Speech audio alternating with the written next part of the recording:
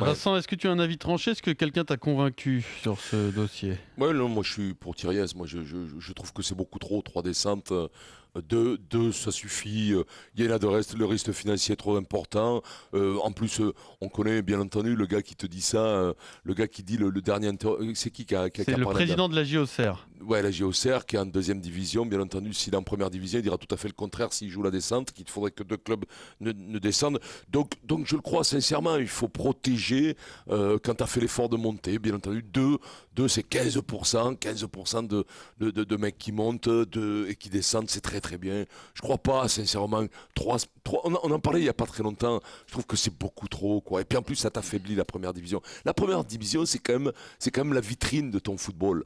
Quand tu as 80% du dernier là, qui monte, tu vois, du troisième qui monte, qui redescend en suivant. C'est quoi? C'est pas. Sur les 5 dernières saisons, le troisième est redescendu 4 fois. C'est pas très bon, quoi. Tu vois, il faut quand même la vitrine. C'est la première division. Il faut la consolider. Et je trouve que 2 descentes, 2 montées, c'est très bien. En plus, 2 montées, c'est beaucoup plus dur en deuxième division. Ça veut dire que les clubs qui montent, en général, tu as plus de finances, plus de football, plus de qualité, plus de structure dans le club. Normalement, ça devrait le faire, ça devrait s'établir. Et les deux clubs qui montent seront plus armés, d'après moi. Sincèrement, je suis pour Thiriez. Eric. Écoute, on est encore dans le... Je sais pas quel président disait, on est dans la politique politicienne. Je suis d'accord avec ça. Plusieurs arguments. D'abord, on nous explique que la sécurité fera qu'il y aura plus d'investisseurs en Ligue 1. Mais ça veut dire aussi, comme l'a dit Morgan, parce qu'il a fait un lapsus, il y aura quand même beaucoup moins d'investisseurs en Ligue 2. Parce que maintenant, pour monter en Ligue 1 de Ligue 2, il faut savoir qu'il y a des gros clubs en Ligue 2. C'est-à-dire que les Nancy, les Auxerre, les Sochaux, les Valenciennes, qui étaient des équipes, on va dire, historiques.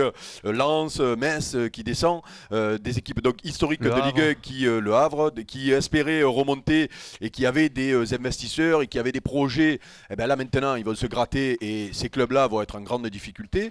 Deuxième argument, c'est que est-ce qu'on est d'accord pour dire que alors sur ces 2 dernières années, ça s'est pas vu parce qu'il y a des équipes qui ont gagné un petit peu avec le PSG. Mais on est tous d'accord pour dire depuis 3 ans qu'on connaît le champion de France. On est d'accord, ok?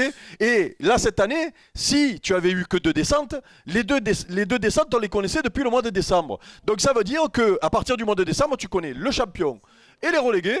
Et tu fais 6 mois pour amuser la galerie. Donc alors on fait jouer Riri, Fifi et Loulou. Mais non, mais c'est pas le cas. Oui. Eric, ne parle pas sur des suppositions. Mais c'est pas des suppositions. On connaissait pas le champion.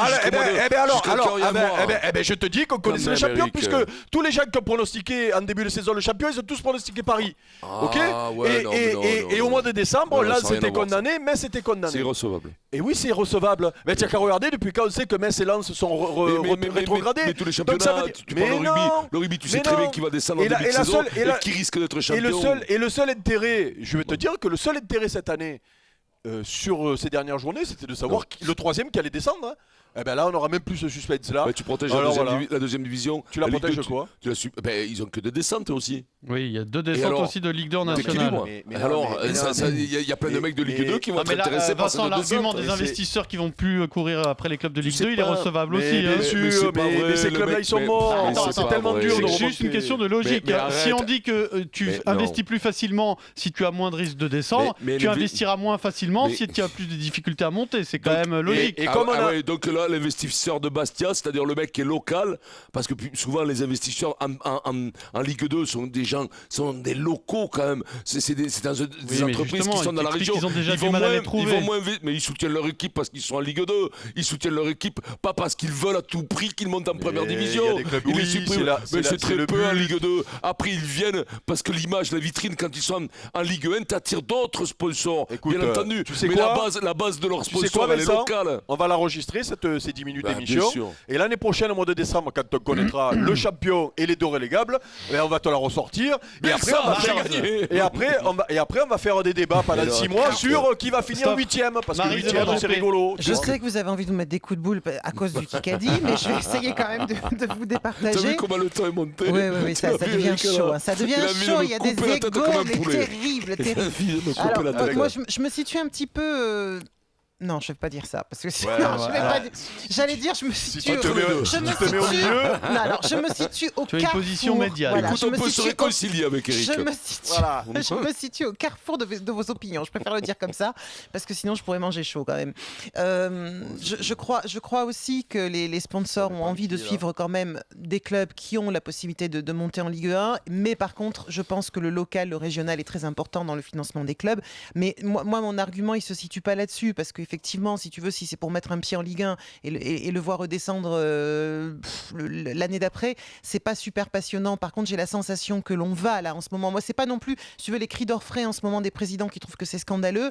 Je vois pas en quoi c'est plus scandaleux que ça démarre maintenant plutôt que ça démarre dans un an. C'est juste une question de forme, c'est parce que la réforme avait été discutée pour la saison suivante et que ça a été anticipé, donc ils se sentent un petit peu floués. Oui, mais pour la saison suivante, certes, mais il n'empêche que là, ça va pas modifier ceux qui montent et qui descendent là. Donc si tu veux, de fait, tu vas faire toute la saison 2016 et ça sera appliqué au début de la saison suivante. Donc ça veut rien dire. Non, tu me laisses finir. Tu as assez crié comme ça. Et ce que je voulais dire simplement, c'est que j'ai la sensation quand même qu'on va vers une ligue fermée petit à petit. C'est-à-dire qu'on te fait ça, on va réduire. Et au bout d'un moment, les autres seront plus invités. Tu vois, monsieur, ça va être une ligue de capitalistes. Non, Maryse, non, absolument pas. Parce que ce n'est pas notre culture. Au rugby, ils ont essayé de... Jamais, on a toujours eu l'exemple de l'hémisphère sud où il n'y a pas de descente, c'est un système américain où il y a machin. Ce n'est pas notre culture. Nous, on veut une descente et une montée. C'est notre culture. C'est comme le système des provinces. Pendant 20 ans, il y a des mecs qui ont essayé de nous vendre au rugby. Le système des provinces, ce n'est pas notre culture. Ça ne marche pas.